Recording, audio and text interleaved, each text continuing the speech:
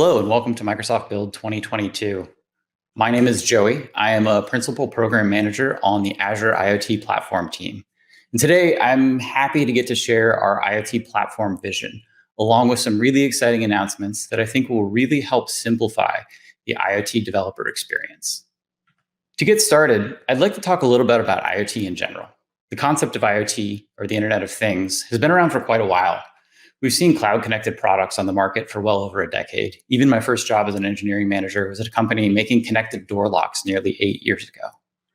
Today, almost everything is connected. From consumer goods to cameras to machinery, even plumbing. Yes, there are smart toilets out there now. As technology has helped make these implementations easier, the number of these intelligent assets has grown tremendously. We went from a couple brands with a couple connected products to millions of devices across thousands of brands connected all around the world.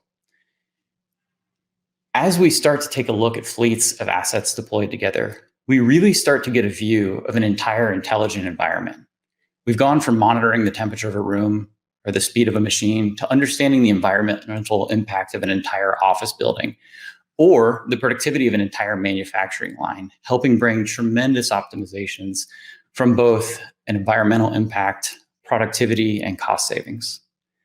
With this rich real-time data, now we can start modeling these environments, building connectivity between different environments and creating rich ecosystems of products that are working seamlessly together. However, building these complex, connected, intelligent ecosystems is far from simple. As the desire for connected products and operations has evolved, so has the available technology for developing these products. When I looked back to my role 8 years ago, we had incredibly low-powered devices running real-time operating systems, and that was about it. Today, we still have many of those, and those things are still critically important to our ecosystem. If I look, I've got smart lights in my house that communicate back to the cloud that I can use voice assistants to turn on. Things that are battery powered still exist. These really constrained technologies are still pivotal to our ecosystem. But we have an entire environment now of new products that are very, very different. We have customers running IoT applications with complex deployments on extremely robust hardware, taking IoT all the way up into things like Kubernetes, robust ecosystems across multiple nodes. We used to be restricted to just C. And now we have a diverse app ecosystem supporting all kinds of languages like .NET, Java, Python, C as well, still today, Node.js, or anything that you can bring your own language to that supports common communication protocols like MQTT or HTTP or AMQP.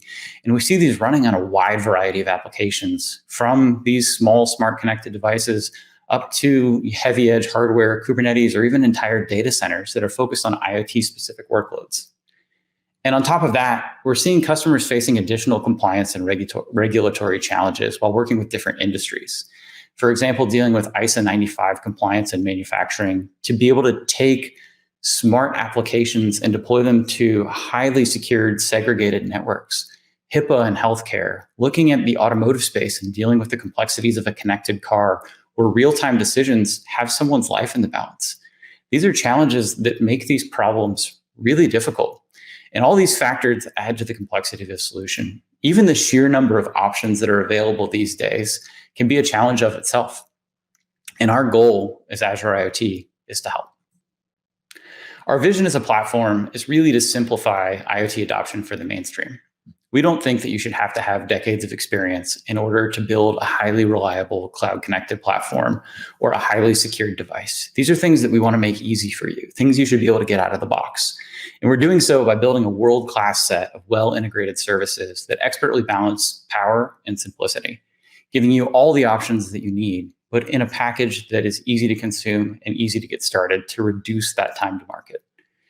And also building and harnessing our partner ecosystem in industry verticals to help jumpstart projects and provide assistance in platform management, taking industry-specific expertise from our partners and bringing it to you ready to go. We really want to truly be a partner for your digital transformation. So I'd like to talk a little bit about what we mean by Azure IoT today. Azure offers a broad set of tightly integrated services for handling everything you need to build a device platform from the edge to the cloud. We have solutions for connectivity, device updates, modeling, even robust industry-focused IoT solutions through tools like IoT Central. But there's three particular services that I want to talk about today. Those are IoT Hub, our IoT device provisioning service, and IoT Edge.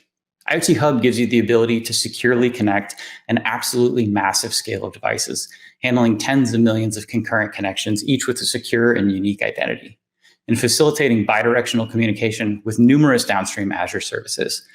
We can take your IoT data, route it through IoT Hub, and send it to things like Azure Stream Analytics, Event Hubs, Service Bus, anything that you would need for your application, and then receive data back to transmit down to your devices to build a full, high-scale bidirectional ecosystem.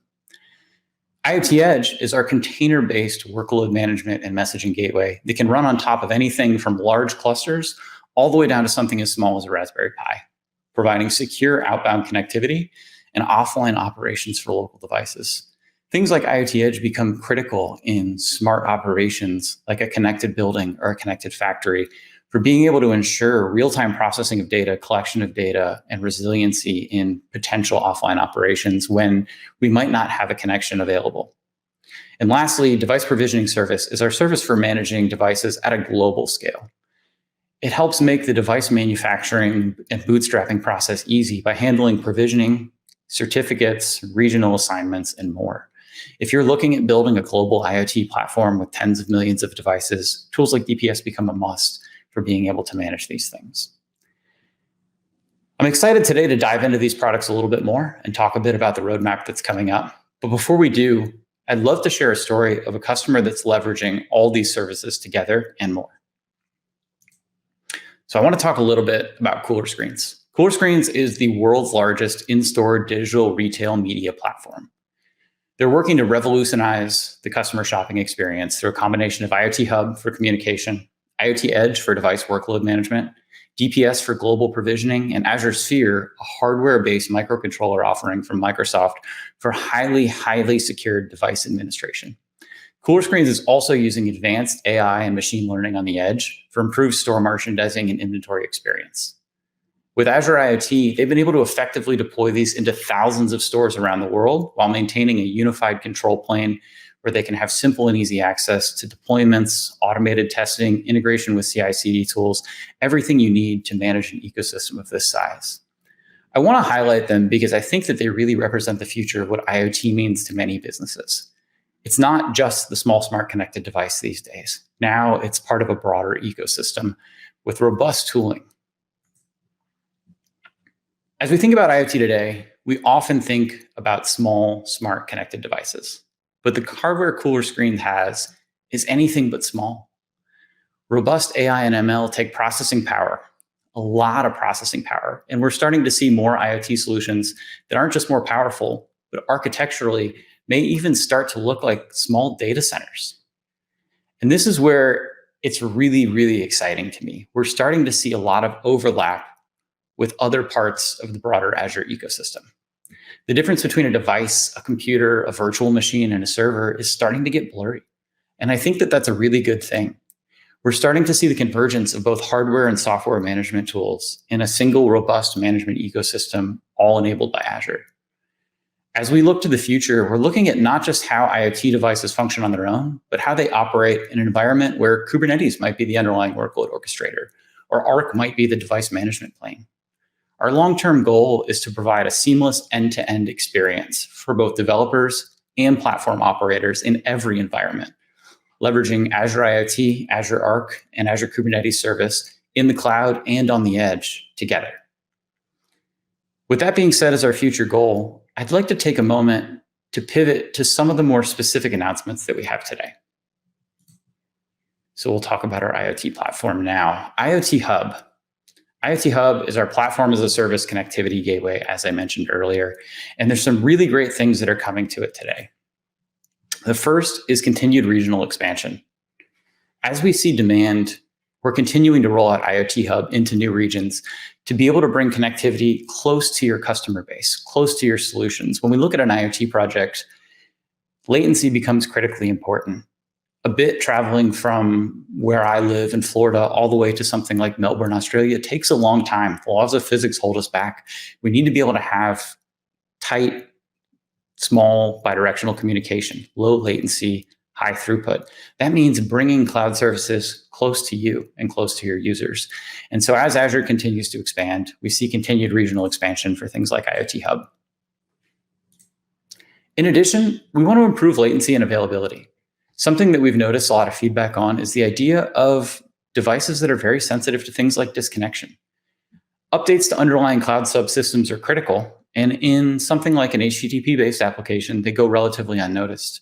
But with a constant connection that we see with an IoT device, where it may have a persistent MQTT connection that spans days, weeks, months, or more, as we do some of these lower-level service updates, sometimes the devices have to reconnect. And that becomes painful on customers when doing this in mass. And so we've worked hard to isolate some parts of our services to be able to reduce that as much as possible and provide a much better overall device connection experience. In addition, if you've been working with Azure IoT for a long time, you've noticed the SSL certificate or the TLS certificate for IoT Hub actually expires in 2025.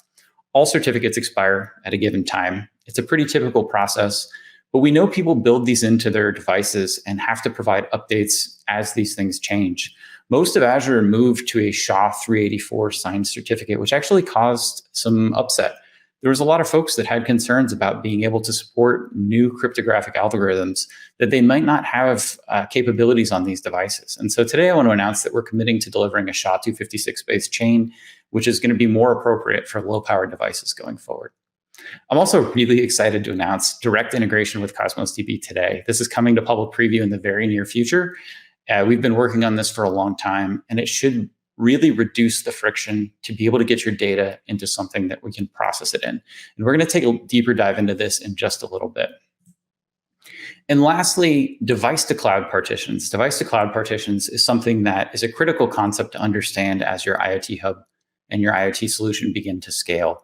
We provide the ability to partition your data. So as you're consuming data from IoT Hub, you can have multiple consumers at the same time and really operate at a high throughput, being able to read multiple streams of data. Previously, we've only made this available as something that you can configure on IoT Hub creation, meaning as your project scales, you may have to migrate to new hubs once you hit a certain tier. Today, we're announcing that we're enabling partitioning or repartitioning of IoT Hub through a support request at first. But for our truly high-scale customers that need to make modifications for this, we're going to be able to provide that feature to you. In addition, something that we see a lot of demand for is in MQTT. MQTT is, of course, one of the protocols that IoT Hub speaks, and we have millions of devices connected speaking MQTT today. And it's the protocol of choice for many IoT devices and for many scenarios. However, we also understand that a full MQTT broker is often required. We have a desire to support brownfield devices for things that are already existing to be able to lift and shift onto the Azure IoT ecosystem without having to make any changes, to make that as easy as possible.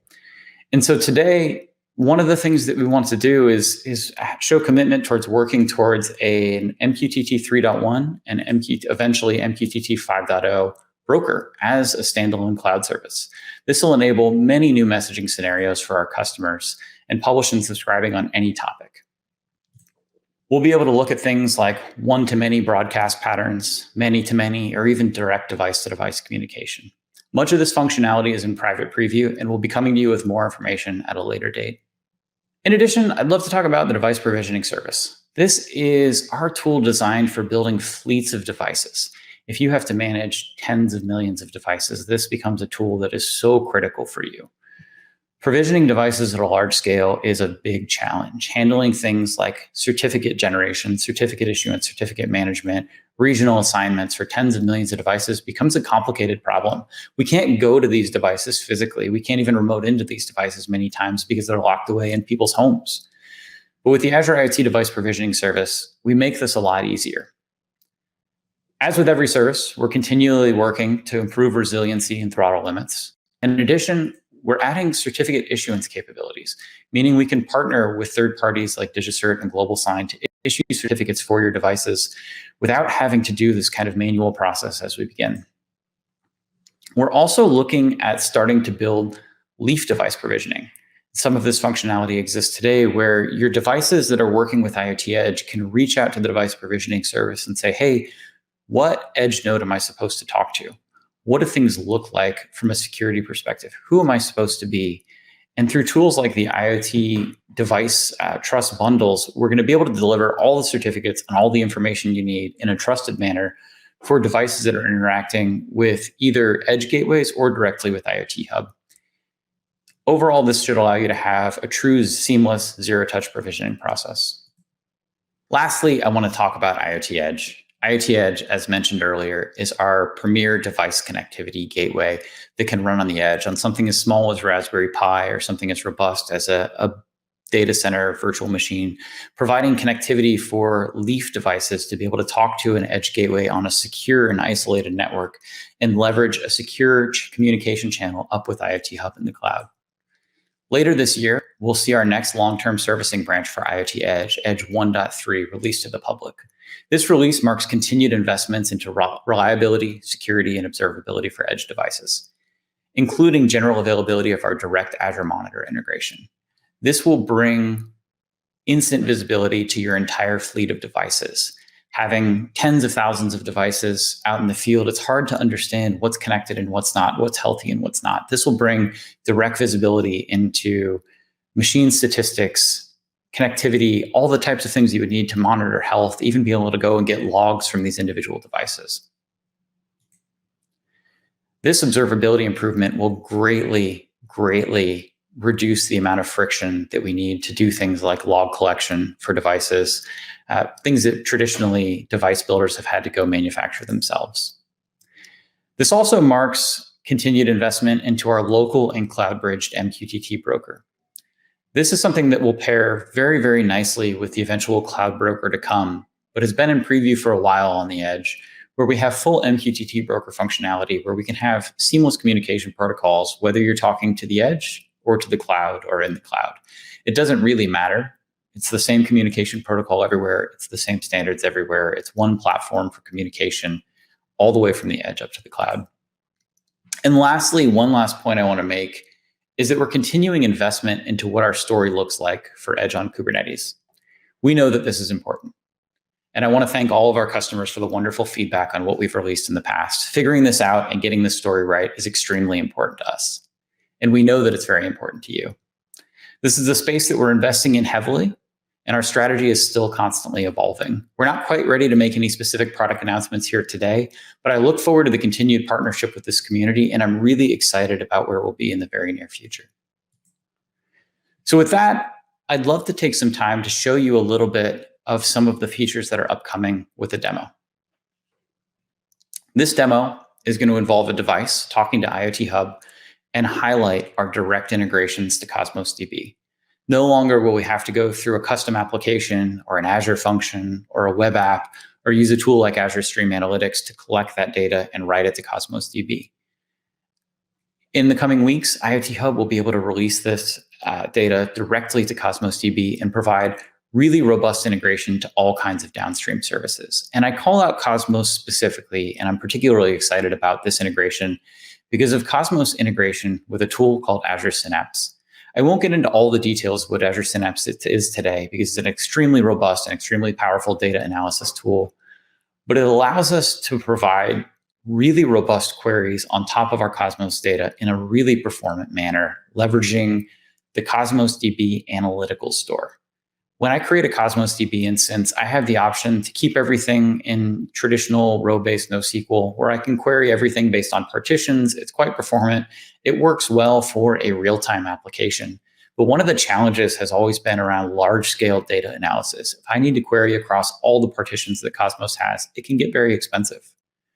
Cosmos DB has functionality to be able to automatically repartition your data into a format that is designed for analysis. It keeps it in an analytical data format that Synapse understands natively. In just a couple of clicks, I can write very performant, very cost-effective queries against my Cosmos data and surface them up in Power BI in no time. And I'd love to show that to you today. When we first come to an IoT Hub, one of the things that we may notice is the ability to create routes into multiple downstream services. For the longest time, we've had access to things like Azure Storage, Event Grid to send data to Azure Functions, Azure Event Hub, Azure Service Bus, things like that. And today we announced that we're adding Cosmos DB as an endpoint. When I come into IoT Hub and I go to routing, I can choose to create a new endpoint. And this is this this is the screen that I'm presented with. It gives me the opportunity to name the endpoint. In this case, let's call it Cosmos. I can go ahead and select my Cosmos account. I can click the database within Cosmos DB, and I can click the collection. What this is going to do is this is going to give me the ability to create routes where I can create a specific query to say what subset of my IoT data I want to go into Cosmos DB. Now, I've already had this created, so I'm just going to walk us through the steps of what it would be like and then show how this works once it's running. But this is the creation screen. When I go to routes, I have the ability now to create a route and choose what my endpoint is. I have the Cosmos DB endpoint here from my list of endpoints that I've already created, and I can pick a data source. In this case, I want to show you device telemetry messages because I have a device that's sending up temperature data. It's just random temperature values from a simulated device, but it represents, many different things that could exist in the real world. But we certainly can send any kind of typical data that we have from IoT Hub, like lifecycle events, connection states, twin state changes, things like that, all through the route. And in this case, I'm going to leave the query just as true. IoT Hub has a really robust query syntax that you can use to filter data, enrich data, do all kinds of really neat things with it to only send the data that you care about to your destination. In this case, I want to send everything. And so I've already created this route, which means it's now sending data over to Cosmos DB. So I want to go take a look at my Cosmos instance. If I come into Cosmos DB, I can see my data store here. If I were to come down and take a look at containers, I can see the container that I'm routing to. There's about 6.4 megabytes of data. I've been running this demo for the better part of a day. And so it's not too much data in here, really small, but large amounts of lots and lots of different messages sending every 5 seconds for the last few hours or so. And something that I want to call out here specifically is Azure Synapse link. I mentioned that Cosmos DB integrates natively with Azure Synapse in a really, really easy manner. All that I had to do was click on Azure Synapse link, go ahead and check what I wanted, and hit enable. This took a few seconds. It repartitioned all of my data from Cosmos DB that I'd set so far, and then automatically repartitions data as it flows into a store that is designed for large-scale data analysis. What this does as well, when I go into my Azure Synapse cluster that I already have created, is it gives me a view here inside, just as if it was a SQL database. So I've got a view. I can select from my Synapse link IoT Hub demo, and I can see the data that's coming through. This is not data that's stored directly within here. It's data that's stored within Cosmos, and Synapse is providing the compute to analyze and give you a realistic view of your data in a really broad and robust ecosystem. Azure SQL can do all kinds of things with this data, right from the query language, like including machine learning models, all kinds of robust data analysis on the fly. This is particularly important and a big differentiator against other ways of doing analysis in the past, because what we used to do is take data and make changes to it before it landed in our analysis tool. What this lets us do now is actually query the raw data so that I can change how my view looks in the future. This gives me a typical T-SQL language to be able to work in that provides a very, very natural habitat for anyone that comes from a data analysis background. One of the things that I love to show is this data, when we look, some of it is in JSON, it has some raw data. This isn't necessarily what we want to surface up to a reporting tool, but because I'm in Synapse, in just a couple lines, I can create a new view for that data. By running this query, this actually selects pieces of my data, injects JSON parsing into it, and surfaces it up to look just like a table. By creating this view, what I can then do is I see a new resource in here that looks just like a table, looks just like something that I would see if I was querying SQL. But when I query this table here, I can actually see data coming through that includes data parsed out of my JSON in a nice, easy to consume manner, just as if it was, some other table that we had created with really well organized data. And the benefit of this is because it's based on a view, as my new data comes into Cosmos, it's already repartitioned, it's already run through this query, and it's available to me. Also, if I ever want to change this view in the future, because we're not doing modification of the raw data, all I have to come back in is change the view, and I can change what I want. If I want to add a new value outside of this body that I have, I start sending up something new. I don't have to change my analysis query that modifies the data and go back and historically make changes. If I make changes to this query now, it's automatically applied to all of my data as soon as I go to query it. The last piece that I would really want to show is how do we do something with this? So I've created a view. I've got a kind of cleaned up view of my data. It's doing some data analysis. This all arrives live from my IoT Hub. Just a couple clicks to get this all set up. What can I do with this? And I want to flip back to Cosmos real quick and show once Synapse Link has been enabled, I can actually just in a single click download a file, which includes a pre-connected workspace for Power BI Desktop. So I get a file, I double click it, and all of a sudden, those views that I've created based on this data are available to me.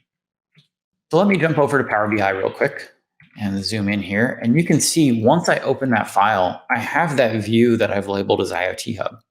I have the device ID, tag, timestamp, and value.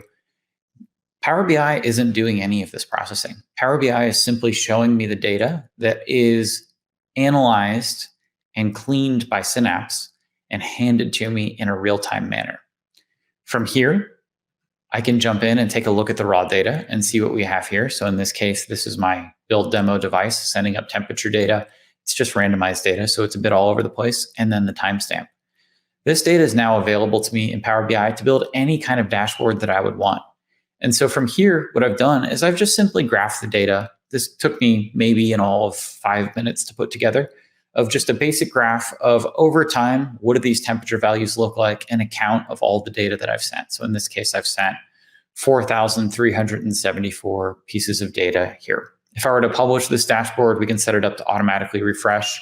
I can refresh the data here in my local desktop instance by simply clicking refresh. And what this is going to do is this is going to leverage that view that we've created to take a new snapshot or new view of the data that exists in Cosmos DB that's having data delivered to it live from IoT Hub with almost no interaction. This entire thing was built without any code, anything that we would need to, typically need to do other than maybe just a basic SQL query to take really robust data analysis tools and make them available to our IoT ecosystem.